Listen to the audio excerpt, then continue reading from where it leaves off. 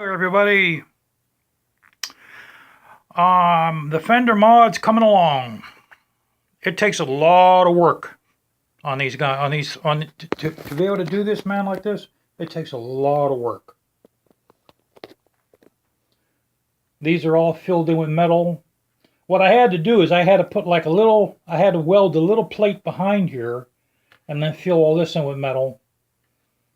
Same thing with this one here. Oh no, with this one here, this had a bolt in it. That's right, I just had to fill that in.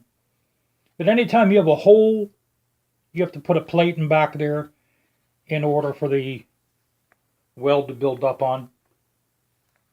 We're not putting the struts on, because with the struts, it'll sit up too high. So I had to cut this more. I had to cut this out. I'll show you that in a second. Now, it'll move like this. So what we're going to do is that plate I made here, we're going to put the plate in,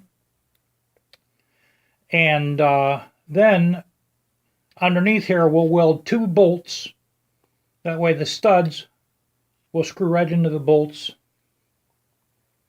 And that's nothing compared to all the rest of this. That's nothing. And with this piece of cardboard right here, the fender's not, because when I paint this, I don't want to mess up my paint job. So that's the spacing I'll need. Or even maybe even a little less than that. Maybe just 1 cardboard spacing. Maybe just 1 cardboard spacing. We'll have it spaced like that. Then we'll put the plate in here. We'll bolt the plate down. Weld the 2 nuts underneath here. And the plate will be bolted in. That way there, if I have to access my relay or any of these wires, I could just take this plate right off. The turn signal mirrors, I have to cut the studs a little bit because the studs touch the wire, so that's nothing at all. We'll just cut the studs. Turn signals will go on. Alright, let me take this off and I'll show you the metal work I did here. Let me put you guys on pause a sec.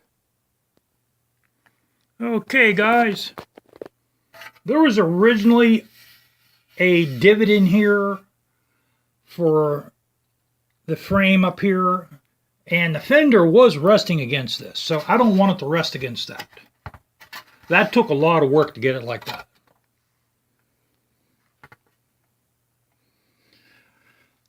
What I had to do is I had to cut a piece of pipe.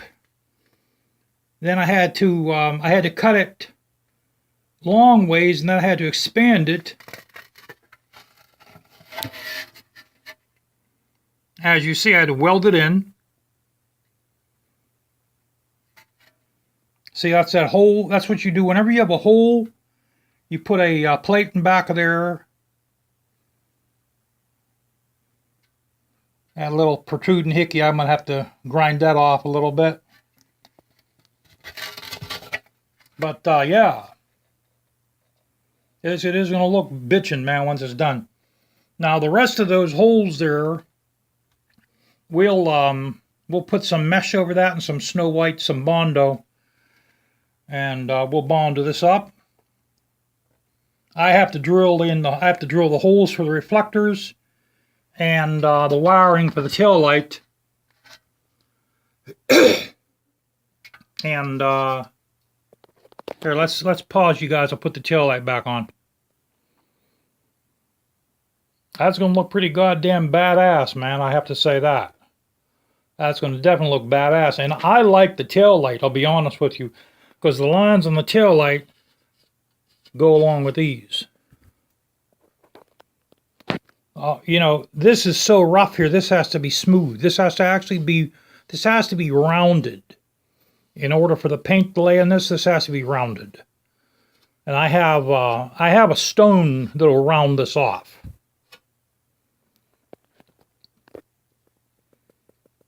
Yeah, that's what we got to do here, though, guys. We got to put a plate here, and the plate has to be bolted into this, in this exact position.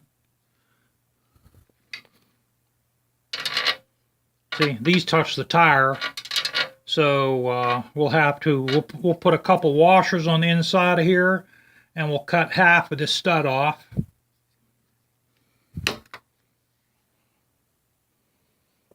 It takes a lot of work to get that right where it is. It does, man. It takes a lot of work to do that. It takes a hell of a lot of work to get a fender like that. And you know, maybe what I should do is I should round this a little bit.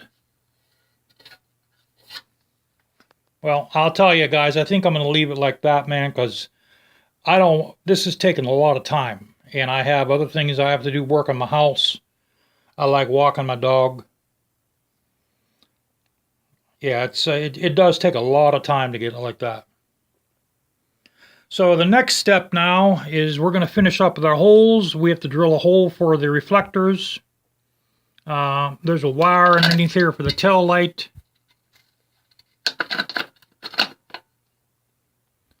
There's the harness up there. And the harness is going to be tucked underneath here. There's like a little channel where I'm going to tuck the harness underneath here. What we'll do with these wires here is we'll make a hole right here, and they'll go straight down, and we'll put some wire loom on that. That's what we're going to do with this. I don't want any wires on top of this fender. You know, like it normally is. There's not going to be any wires. All the wires are going to be on the inside of the fender. That's where all the wires will be. Then they'll come out and they'll go up through here. The wires will come up through here and connect up. And then the license plate will connect up to here. And I have to figure out where I'm going to run my my hot and cold line for the license plate light. What I'm thinking of doing is I'm thinking of going inside the swing arm.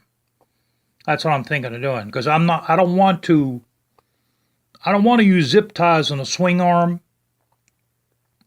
What I might have to do is I might have to take the tire off, and I might have to weld wire stays on the inside of the swing arm.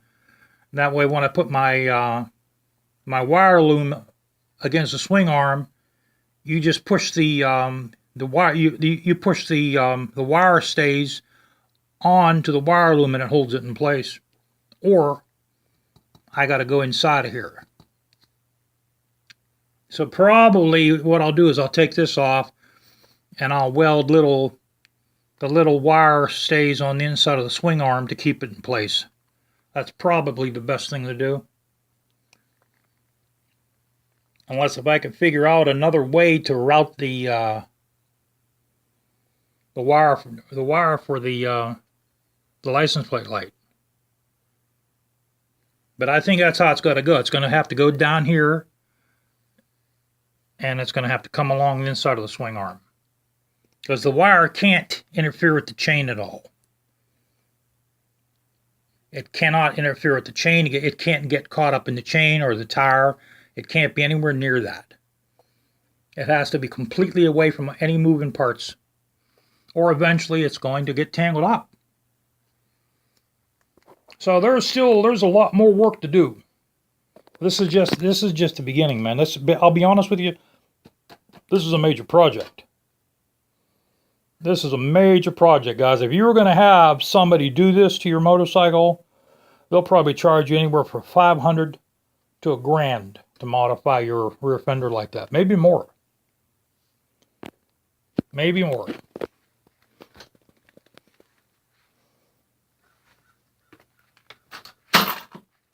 Man, I got too much shit in here. Too much shit laying around. So, all right. I'll catch y'all later.